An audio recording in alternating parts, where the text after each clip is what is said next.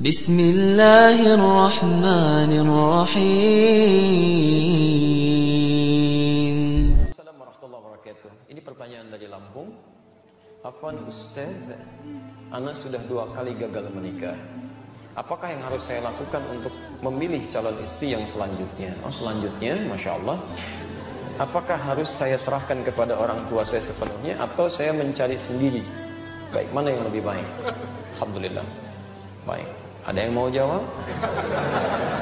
Baik. Ya, tidak usah ngarang ya, karena kita fokusnya pada Al-Quran, kita kembalikan pada Al-Quran. Silakan Anda catat dulu dalilnya. Pertama, Quran surah ke-24 An-Nur ayat ke-26. Ikhtiarnya ada di Quran surah ke-49 ayat 13. Ayat 13. Baik, perhatikan kalimat Quran ini. Lihat hukum Allahnya ya. Al-khabithatu lil-khabithina wal-khabithuna lil-khabithati wat-tayyibatu lit-tayyibina wat-tayyibuna lit-tayyibat. Perhatikan hukum ini. Dalam hal berkehidupan itu kata Allah, maka dipasangkan yang buruk ketemu yang buruk lagi. Sebaliknya yang baik ketemu dengan yang baik lagi. Bila Anda laki-laki yang baik, maka Anda pun akan dipertemukan dengan perempuan yang baik. Tapi jika Anda laki-laki yang tidak baik, maka insting Anda pun akan membimbing bertemu dengan yang tidak baik lagi. Dan fitrah Anda pun seketika akan menolak. Silakan. Ya, misal, mohon maaf ya, Anda punya perilaku buruk dijodohkan misalnya dengan orang-orang yang soleha, yang baik. Itu secara fitrah hidupnya, dia sulit untuk menerima tuh. Nah, hati kecilnya ada penolakan dalam jiwanya. Di baik akan ketemu baik, jelek akan ketemu jelek. Maka kalau Anda ingin menemukan pasangan yang baik, maka jadilah orang baik. Dekati Allah. Maka Allah akan tunjukkan pada yang terbaik menurut Allah untuk jadi pasangan Anda dalam kehidupan. Masya Allah. Barangkali 1 kali Andanya baik, lawan belum baik, maka diarahkan pada yang lebih baik lagi. 2 kali bahasa manusianya gagal. Tapi mungkin menurut Allah saking baiknya Anda, ditunda sampai Anda menemukan yang terbaik sesuai dengan kebaikan Anda. Ya, Masya Allah. Bagaimana cara mencarinya? Jangan diam. Jangan diam. Gak usah bikin status. Memang saya mungkin baik menurut Allah. Enggak ada, belum tentu. Ya, jadi kalau Anda sudah merasakan baik dalam kebaikan yang tidak perlu Anda sampaikan, maka ikhtiar kata Quran. Tetap mencari.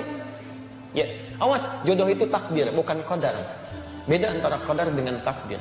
Kalau qadar itu ketetapan Allah yang dikukuhkan sebelum kita lahir dan tidak akan berubah sampai meninggal. Anda mau nangis darah, mau nangis jus, nangis air, itu nggak akan pernah merubah qadar. Ya, tidak akan pernah. Hadis di Al-Arba'in kalau mau cepat, nomor hadis yang keempat, posisi paling kiri dari Abdullah bin Mas'ud. Di antara qadar itu 2 misalnya. Mohon maaf ya, ajal itu qadar. Ajal itu batas usia kita sampai meninggal. Di Anda mau nangis-nangis supaya ditunda waktu meninggalnya, nggak akan nyampe Pak. Ibu mau dipercepat, ya Allah, saya sudah bosan dengan kehidupan dunia, saya ingin cepat menghadapmu saja. Oh, jangan dulu, tunggu, belum waktunya. Quran surah ke-7 ayat 34. Walikulli ummatin ajal. Kata Allah, setiap umat saya tetapkan waktu pulangnya. Fa idza jaa ajaluhum la yastakhiruna sa'ata wa la yastaqdimun. Ketika selesai waktunya, itu tidak akan pernah ditunda, dimajukan pun nggak bisa, dan malaikat maut pun nggak akan bisa merubah itu. Malaikat maut nggak bisa. Ya. Begitu waktunya tepat, Ustaz Adi meninggal malam ini jam sekian, selesai. Karena Ustaz sedang ceramah, terusin aja dulu. Saya pergi ke salah satu jamaah dulu aja, Pak Miono saya nggak bisa. Ya kalau sudah jadi ya jadi, itu ajal namanya. Rizki juga begitu. Tapi jodoh tidak, itu takdir. Takdir itu ketetapan Allah yang dikukuhkan berdasar ikhtiar makhluknya. Ikhtiar. Ya. Jadi kita harus ada ikhtiar dulu, baru Allah tetapkan, diberikan jalan. Nah, kadang-kadang ikhtiar kita keliru, di situ diberikan hidayah untuk menunjukkan pada ikhtiar yang benar. Maka jodoh persoalan ikhtiarnya di Quran surah ke-49 ayat 13. Lihat kalimatnya, ya ayyuhan nas, hei manusia. Persoalan jodoh itu terbuka bagi siapapun. Ikhtiarnya terbuka, ayo cari. Ya, hei ya ayyuhan nas. Nas di situ memberikan batasan, kalau Anda manusia, maka jodohnya pun manusia lagi. Disebutkan 241 kali dalam Al-Quran. Jadi jangan cari masalah. Sudah jadi manusia, pengen nyari jin lagi jodohnya. Itu yang keterlaluan. Kenapa Pak ada kereta kencana di sini? Oh, itu istri saya. Memang Anda nggak bisa lihat. Siapa Pak? Nyai Roro Kidul itu. Oh, Roro Kidul. Masya Allah. Ya, jadi nggak usah macam-macam lah gitu ya. Jin dengan jin lagi, manusia dengan manusia lagi, binatang dengan binatang lagi, selesai. Ya ayuhan nas, hei manusia, cari jodoh di kalangan manusia. Inna khalaqnakum min dzakarin wa untha. Kami ciptakan aturan kedua, lelaki dan perempuan. Jadi jodoh Anda itu adalah jodoh yang berlawanan jenisnya, laki-laki ketemu perempuan. Hati-hati, ini aturan umum ini. Jadi nggak bisa kalau ada laki-laki ketemu laki-laki, bukan jodoh namanya. Joni itu. Ya. Perempuan dengan perempuan itu bukan jodoh juga. Maaf ya, tidak harus menjadi manusia untuk memahami seperti itu. Binatang saja mengerti. Silahkan cek itu saat Idul Adha. Al-Ihsan membeli kambing, masya Allah, disimpan di situ. Kambing itu karena nggak punya nilai takwa, punyanya cuma nafsu, sedangkan nafsu membawa kepada amarah yang tidak baik. Quran surah 12 ayat 53. Innan nafsa la'ammaratun bisu. Walaupun di dekat masjid suara azan itu bergelimang nyampe ke pendengaran kita, kambing nggak akan peduli. Kalau sudah datang hasratnya, kambing jantan ngejar-ngejar yang betina. Begitu.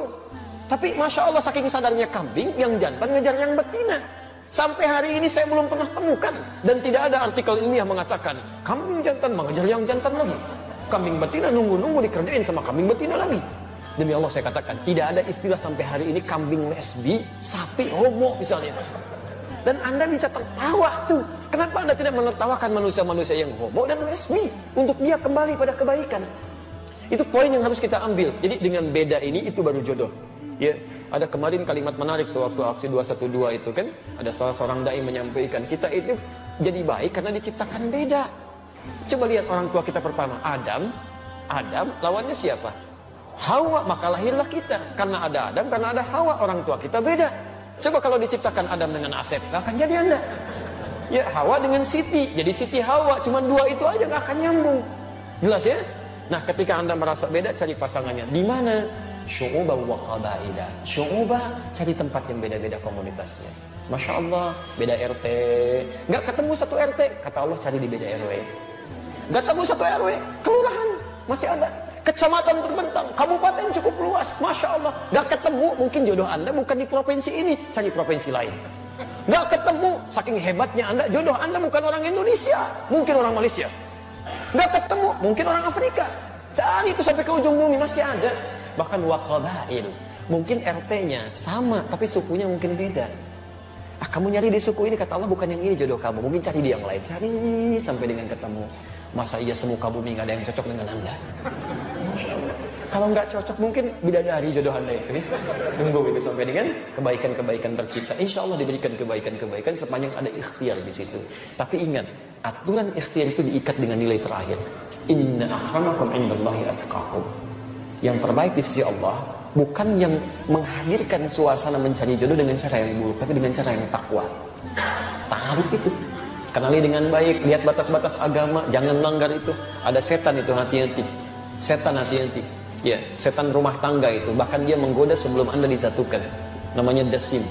Perempuannya disebut dasim, itu Anda yang tahu. Ya. Itu isyarat godaannya di Quran surah kedua ayat 102, posisi paling kiri itu, di pertengahan, dari atas sampai ke tengah itu. Ya, yufarriquna bihi bainal mar'i waz zawji. Setan ini tugasnya memecah belah kehidupan rumah tangga. Kalau sudah menikah, tapi kalau belum menikah Pak, Ibu, itu dibuat bermaksiat. Dibuat bermaksiat. Silahkan cek. Akad belum dilangsungkan, lamaran aja belum, tiba-tiba dibuat saling dekat supaya maksiat. Naik beca, sebeca, berdua, seakan-akan beca milik bersama, tukang beca nggak ada, gitu aja gitu. Tapi setelah menikah, Allahu Akbar, dibuat pecah tuh. Ya supaya maksiat aja. Nggak ada yang paling buruk kecuali pasangan masing-masing. Nyampe. Masya Allah, yang lain jadi baik. Pada suami, pasangan sendiri, istri sendiri, kalimat-kalimat jadi berubah. Pak, ngantar anak dulu ya, istrinya. Ya udah sana, istri orang. Ngantar anak dulu. Masya Allah, lembutnya luar biasa. Ya, Pak, nih makanan udah siap. Ini tehnya, ini kopinya. Ya udah mah. Suami orang, teh apa kopi Pak? Masya Allah gitu ya. Lembut sekali. Bisa nggak dipraktekkan dalam kehidupan itu? Itu tidak mudah kalimat demikian. Ya. Jadi, nah itu yang kiranya bisa dihadirkan teman-teman sekalian. Silahkan ikhtiarkan, mudah-mudahan Allah